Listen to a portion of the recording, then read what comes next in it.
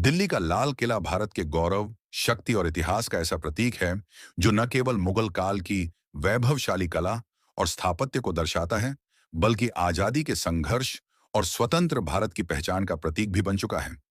इसे सन 1638 में मुगल सम्राट शाहजहां ने बनवाना शुरू किया था, जिन्होंने आगरा से अपनी राजधानी दिल्ली स्थानांतरित करने का निर्णय लिया और नई राजधानी शाहजहानाबाद की स्थापना की।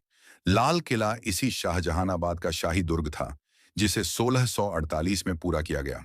लाल बलुआ पत्थरों से निर्मित इस भव्य किले को शाहजहां ने न केवल अपने शासन की शक्ति और समृद्धि दिखाने के लिए बनवाया, बल्कि यह मुगल कला, संस्कृति और जीवन शैली का केंद्र भी था। इसका वास्तुकार उस्ताद अहमद लाहौरी था, जिसने ताजमहल का निर्माण भी किया था।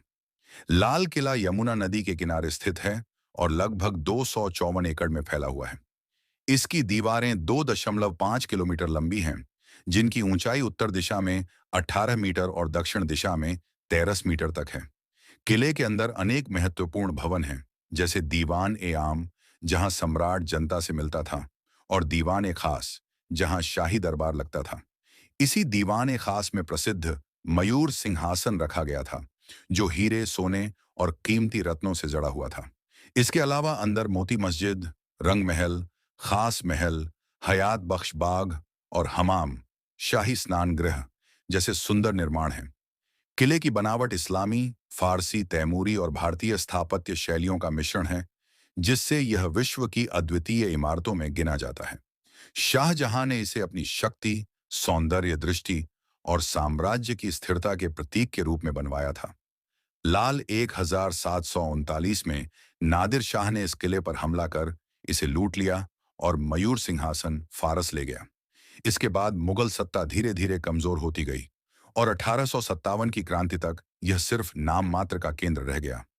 1857 में बहादुर शाह जफर को इसी किले से भारत का प्रतीक सम्राट घोषित किया गया। लेकिन जब अंग्रेजों ने दिल्ली पर कब्जा किया, तो उन्होंने लाल किले को अपना सैन्य अड्डा बना लिया और इसके कई हिस्सों को नष्ट कर दिया। यहीं पर बहादुर शाह जफर का मुकदमा चला और उन्हें देश से निष्कासित कर दिया गया। ब्रिटिश शासन के दौरान लाल किला भारत की गुलामी का प्रतीक बन गया, लेकिन 1947 में आजादी के बाद यही किला स्वतंत्र भारत की शान बन गया। 15 अगस्त 1947 को पंडित जवाहरलाल नेहरू ने इसी लाल किले की प्राचीर से देश को संबोधित किया और भारत का तिरंगा पहली बार यहां लहराया गया। तब से हर वर्ष प्रधानमंत्री यहां से राष्ट्र को संबोधित करते हैं। आज लाल किला यूनेस्को की विश्व धरोहर सूची में शामिल है और यह भारत की सांस्कृतिक, ऐतिहासिक और राष्ट्रीय अस्मिता का केंद्र है। यहाँ का लाइट एंड साउंड शो पर्यटकों को मुगल काल से लेकर आजादी की लड़ाई तक की पूरी कहानी सुनाता है। यह किला न केवल भारत के गौरवशाली इतिहास की गवाही देता है, बल्कि यह हमें यह भी याद दिलाता है कि किसी भी सभ्यता की पहचान उसके अतीत की जड़ों में छिपी होती है। लाल किला आज भी उसी शान से खड़ा है, मानो इतिहास को अपने भीतर समेटे यह कह रहा हो कि साम्राज्य आते जाते हैं, पर संस्कृति, स्वतंत्रता और पहचान अमर रहती है।